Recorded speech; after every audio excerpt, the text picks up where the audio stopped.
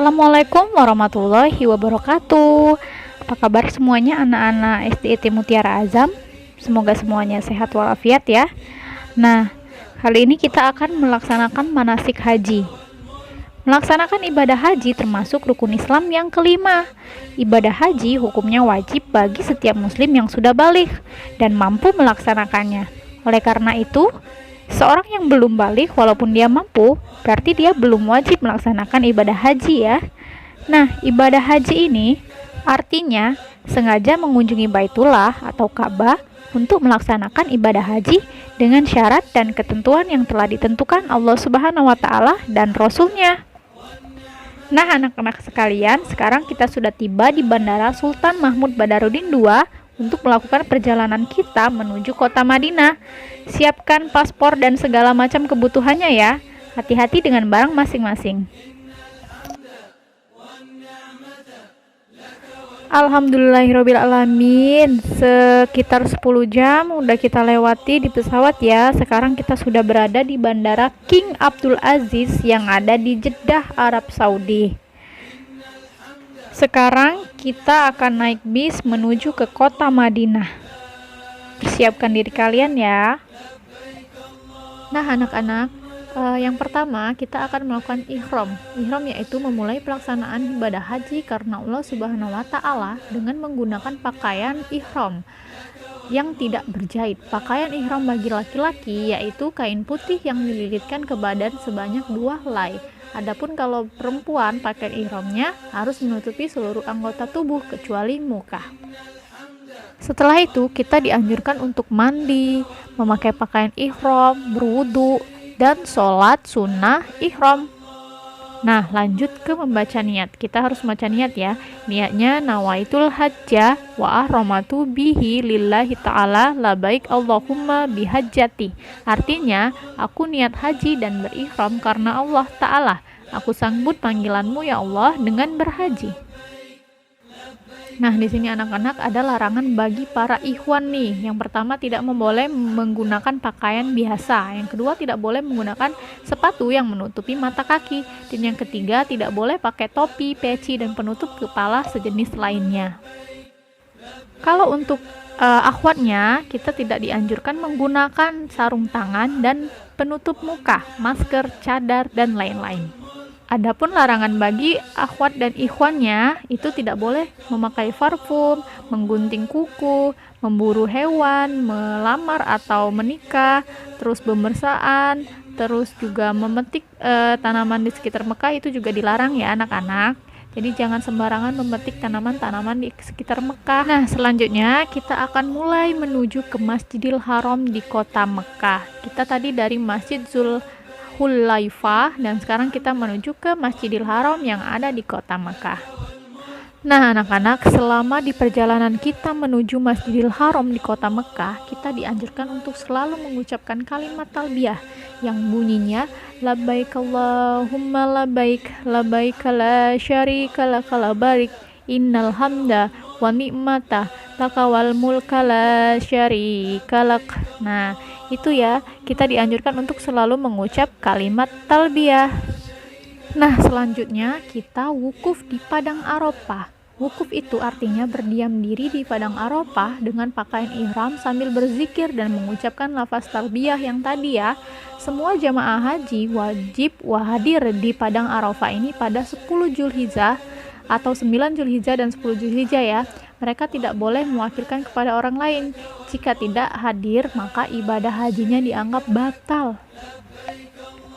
Nah, anak-anak, di Padang Arafah ini kita wukufnya banyak ya hal-hal yang harus kita lakukan. Yang pertama, sholat jamak takdim dan qashar, zuhur dan asar, terus berdoa, berzikir bersama, membaca Al-Quran, dan sholat jamak takdim dan qashar maghrib dan isya.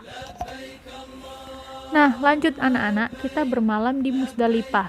Sebelum matahari terbenam, para jemaah haji bersegera menuju Musdalifah. Di sana, kita melaksanakan sholat maghrib dan isya dengan cara dijamak. Setelah itu, kita mencari batu kerikil sebagai persiapan untuk melontar jumrah di Mina nanti. Ayo anak-anak, kita ambil batu kerikil.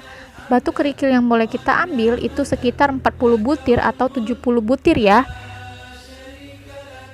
Nah, saatnya kita melempar jumroh dengan 7 kali lemparan, berarti 7 buah batu kerikil ya. Dan tidak boleh disatukan sekaligus, jadi melemparnya harus satu-satu. Terus, batu-batu yang sudah dipakai tidak boleh digunakan lagi. Jadi, ketika kita melempar, ban batunya sudah jatuh di bawah, tidak boleh diambil untuk dilempar kembali. Ingat ya.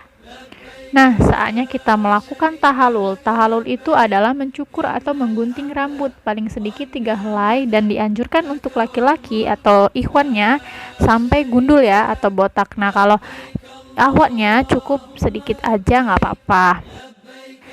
Nah, selanjutnya kita sama-sama melakukan tawaf ifadah. Tawaf ifadah itu adalah mengelilingi Ka'bah sebanyak 7 kali putaran setelah kita kembali ke Mekah. Setelah kita melempar jumroh tadi ya. Nah, kita melakukan tawaf dulu, mengelilingi Ka'bah sebanyak 7 kali putaran yang dimulai dari Hajar Aswad dan berakhir di tempat yang sama. Nah, anak-anak sekalian, sebelum kita melakukan tawaf, kita dianjurkan untuk berwudu terlebih dahulu dan membaca doa Bismillah wassalatu wassalamu ala Rasulullah Allahumma ftahlil abwabar rahmatik.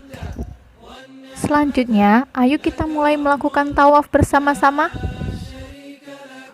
Untuk yang ikhwan, putaran 1-3 dianjurkan untuk lari-lari kecil ya. Terus putaran 4-7 boleh dengan jalan biasa. Sedangkan yang ahwat itu jalan biasa aja, nggak ada lari-lari kecilnya. Nah, saat melakukan tawaf ini mengelilingi Ka'bah sebanyak 7 kali, itu kita dianjurkan untuk membaca doa sapu jagat. Rabbana atina fid dunya hasanah wa fil akhirati hasanah wa qina azabannar. Artinya, wahai Tuhan kami, anugerahkanlah kepada kami kebajikan di dunia dan kebajikan di akhirat, dan peliharalah kami dari siksa api neraka. Amin ya robbal alamin. Selanjutnya anak-anak Umi, kita melakukan sa'i dari Safa ke Marwah. Sa'i artinya berlari-lari kecil antara Bukit Safa dan Marwah sebanyak 7 kali juga ya. Sa'i dilakukan setelah selesai sholat sunnah 2 rakaat sesudah tawaf. Sebagai salah satu rukun haji, sa'i memiliki beberapa syarat sah. Adapun syarat sahnya sebagai berikut. Yang pertama dikerjakan setelah tawaf kudum, yang kedua dilaksanakan mulai dari Safa dan berakhir di Marwah, yang ketiga dikerjakan sebanyak 7 kali, dan yang keempat dilakukan di tempat sa'i. Nah, yang terakhir kita tawaf wada, sama mengelilingi Ka'bah sebanyak 7 kali putaran. Nah, tawaf wada itu tuh artinya tawaf perpisahan ya, sewaktu kita akan meninggalkan kota Mekah. Nah, setelah kita sudah selesai tawaf di Mekah, berarti semuanya sudah selesai ya, ibadah haji kita telah selesai dan kita bisa beristirahat. Selamat beristirahat.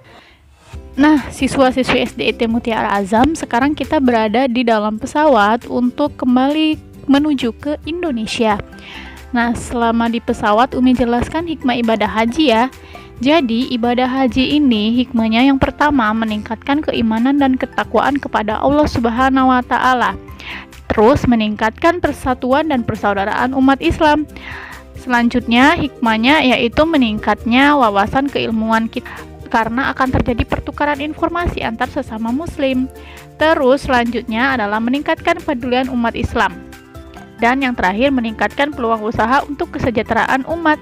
Nah, anak-anak, itulah tadi hikmah ibadah haji. Dan semoga kita diberikan Allah kesempatan untuk berkunjung ke Baitullah Mekah ya, ke rumah Allah Subhanahu wa taala. Sekian dari Umi. Wassalamualaikum warahmatullahi wabarakatuh.